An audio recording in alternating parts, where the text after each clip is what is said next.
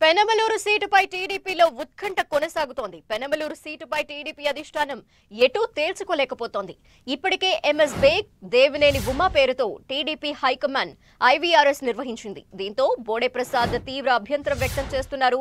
పోటీలో చంద్రబాబు కుటుంబ సభ్యులు ఉంటే సపోర్ట్ చేస్తానన్నారు, లేదంటే ఇండిపెండెంట్ గా పోటీ చేయటం ఖాయమని తేల్చి చెప్పారు. ఆఖరి నిమిషంలో పెనమలూరు రేసులోకి పలువురు టీడీపీ నేతలు ఎంటర్ అయ్యారు. పొత్తులో భాగంగా తెనాలి సీటు కోల్పోవడంతో ఆలపాటి రాజా దృష్టి పెనమలూరుపై పడింది. పెనమలూరు టికెట్ కోసం దేవినేని చందు, గొట్టిపాటి రామకృష్ణ ప్రసాద్ కూడా పోటీ పడుతున్నారు.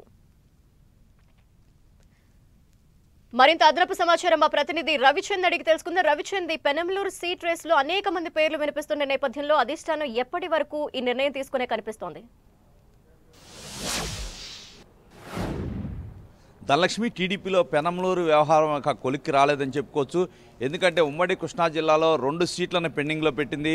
ఏదైతే మైలవరం నుంచి వసంత కృష్ణప్రసాద్ రేసులో ఉన్నారు, అదేవిధంగా అక్కడ ఉన్న దేవినేని ఉమ్మని పెనమలూరు పంపించాలని టీడీపీ అధినేత ఆలోచనలా కనిపిస్తుంది. కానీ దీనికి సంబంధించి ఏకాభిప్రాయ దిశగా ఇంకా అయితే చర్యలు అయితే తీసుకోలేకపోతున్నారు. ఎందుకంటే అక్కడున్న ఇన్ఛార్జి బోడే ప్రసాద్ ఎట్టి పరిస్థితుల్లో కూడా తాను పోటీ చేసి తీరతానని చెప్తున్నారు. 5 సంవత్సరాలుగా తాను చేసిన సేవల్ని అధినేత దృష్టి తీసుకొస్తున్నారు.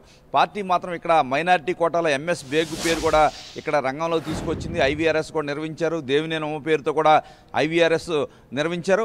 అయితే ఆఖరి నిమిషంలో పలువురు అభ్యర్థులు అయితే ఇక్కడికి రేసులోకి వస్తున్నారు. సుదీర్ఘకాలం ఈ ప్రాంతంతో పనిచేస్తున్న ఏదైతే గొట్టిపాటి రామకృష్ణ ప్రసాద్ కూడా తన అనుచరులతో కలిసి చంద్రబాబును కలిశారు. ఎట్టి పరిస్థితుల్లో కూడా సుదీర్ఘకాలం పార్టీలో పనిచేసిన తనకి ఎప్పుడూ అవకాశం రాలేదని ఆయన అడుగుతున్నారు. దేవినేని చందు ముఖ్యంగా నారా లోకేష్కి అన్నీ తానే వ్యవహరిస్తున్నారు. లోకేష్కి అనుచరుడిగా, ఆయన ప్రధాన అనుచరుడిగా మొదటి నుంచి కూడా ఆయనతో కలిసి తిరుగుతున్నారు. ఈ నేపథ్యంలో యువనేత కోటాలో తన పేరు పరిశీలించాలని ఆయన కూడా అడుగుతున్నారు. ఆఖరి నిమిషంలో ఈ పేర్లు వచ్చాయి. మరోవైపు తీసుకుంటే కనుక తెనాలి సీటు నాదెండ్ల మనోహర్కి జనసేనకి ఇవ్వడంతో అక్కడ స్థానాన్ని కోల్పోయిన ఆలపాటి రాజా పేరు కూడా పెనమలూరు రేసులోకి అయితే కనిపిస్తుంది. ఈ రోజు ఉదయం నుంచి కూడా, నిన్నటి నుంచి కూడా ఆయన పేరు ప్రధానంగా వినిపిస్తుంది.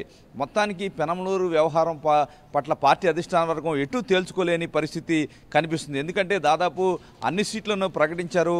కేవలం కొన్ని సీట్లు మాత్రమే, ఇంకా రాష్ట్ర వ్యాప్తంగా 16 సీట్లు మాత్రమే ప్రకటించాల్సి ఉంది.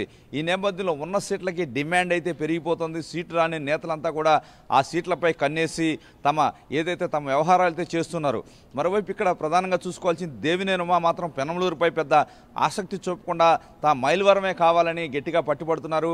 అనే పార్టీలోని పలువురు సీనియర్ నేతలు కూడా ఉమ్మకి సపోర్ట్ చేస్తూ మైలవరం దేవినేని ఉమ్మకి ఇవ్వాల్సిందేనని అక్కడ పట్టుబడుతున్నారు. ఈ నేపథ్యంలో ఉమ్మకి అవుతుందా అక్కడ, లేదా వసంత కృష్ణప్రసాద్ అవుతుందా అనేది ఒక టెన్షన్ ఒకవైపు మైలవరంలో నడుస్తుంటే, మరోవైపు ఇక్కడ మాత్రం పెనమలూరులో ఏం జరగబోతుందనే ఉత్కంఠ అయితే కొనసాగుతుంది.